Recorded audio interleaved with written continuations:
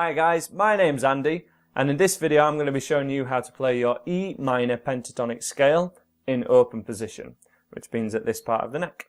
This is appropriate as your first ever scale that you have learned on guitar, and if you would like to learn some blues or rock riffs and licks, then this is what you want to be learning. Now when I was first learning guitar, I used to think that scales were made up by guitar teachers to make me hate practicing guitar.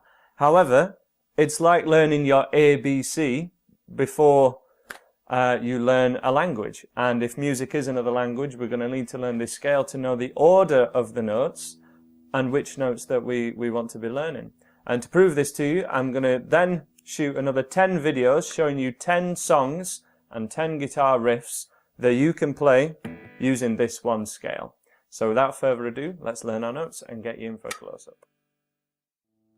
So this is the E Minor Pentatonic Scale. Now what do those words actually mean? Well, the first letter, the E, tells us that we're in the key of E and that we're going to start on an E note. So we're going to start on your thickest E string, your open E string, no hands needed.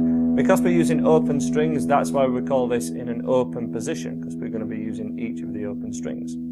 And from there, we have 5 notes per octave. So pent is 5, and tonic means notes. So it's a 5-note scale. Scale just means kind of sequence of notes. So 5 notes in a sequence, I guess.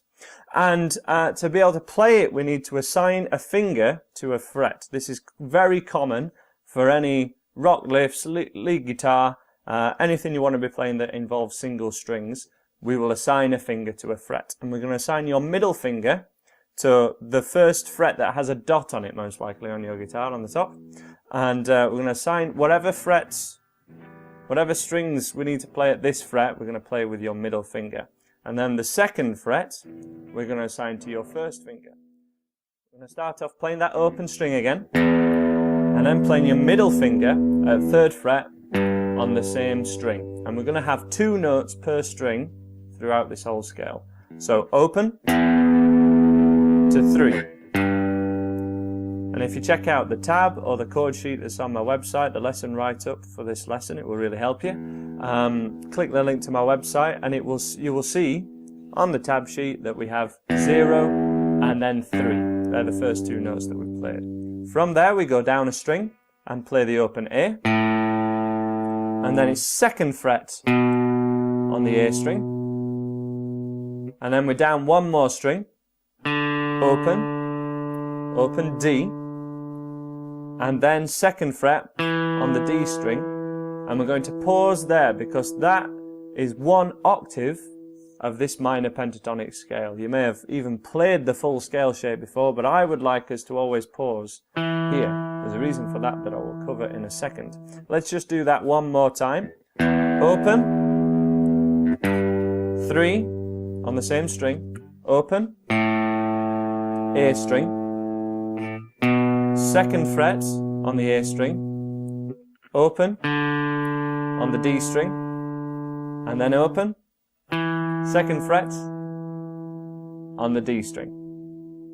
Now the reason we're pausing there is this is the location of most rock riffs or rhythm guitar. So we've got a ton of riffs here that we're going to be covering. 20th Century Boy, and many riffs that use the octave like Walk This Way. They kind of stop here. They don't tend to cross over too much onto the 2nd octave, which is this sequence of notes, because that sequence of notes tends to be reserved more for lead guitar. Not 100%, but they definitely tend to be separated. It's very rare that we'll go from one to the other, though there are examples of that, so I'd just like us to kind of memorize this pause. So, ascending,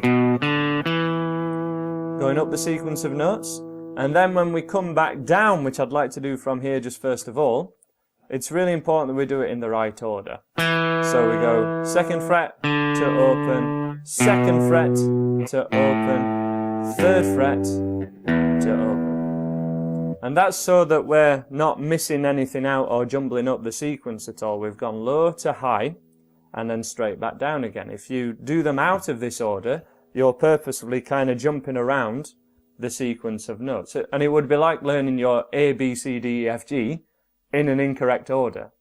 Basically, how would you know if you've missed any notes out if you don't learn them in the right order? So this is the idea. And the way you want to practice that is just have a nice regular pulse, maybe just a little bit faster than once per second, and play them at regular intervals.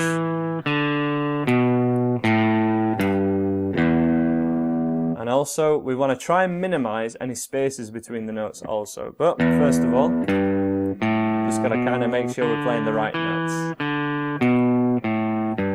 And from there, we're going to walk up that sequence one more time to that second fret on the D string, which is an E note. So that's kind of what an octave means. It's the next letter that is at a different pitch, but it's the same letter. So E to the next E that we have.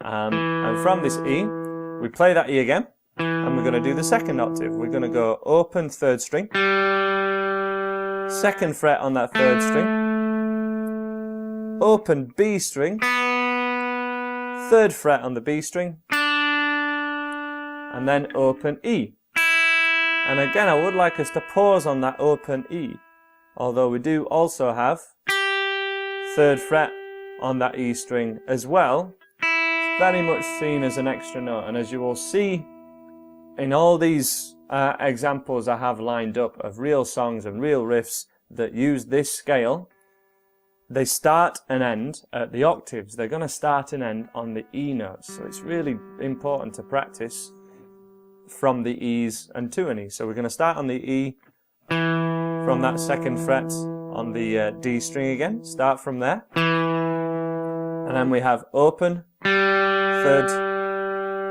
string, second fret on the third string, open again on the B string, third fret on the B string, and then open E string. Now it's likely that you're finding that second octave, the thinner strings, harder than the first lot. And again, that's a really important factor when you're learning this as well. There's an awful lot of notes there to learn. Get that first octave really memorized first before you move on to the second one. If you need to, you can always whiz back in this video and see that if you need to go over it again. Let's just go over this second octave, the thinner strings, in reverse order, the same as before. So we go high up the scale, which is kind of down the guitar, but that increases the pitch, so the pitch goes higher, so that's up. And then back down, physically back up the guitar, which is what we're going to do now, starting from the open string, third fret on the B, open second string, second fret on the G string, open G, and then finish that octave at second fret on the D string. And then again we can continue all the way down there after we've paused. Second again, the E note, open, second fret,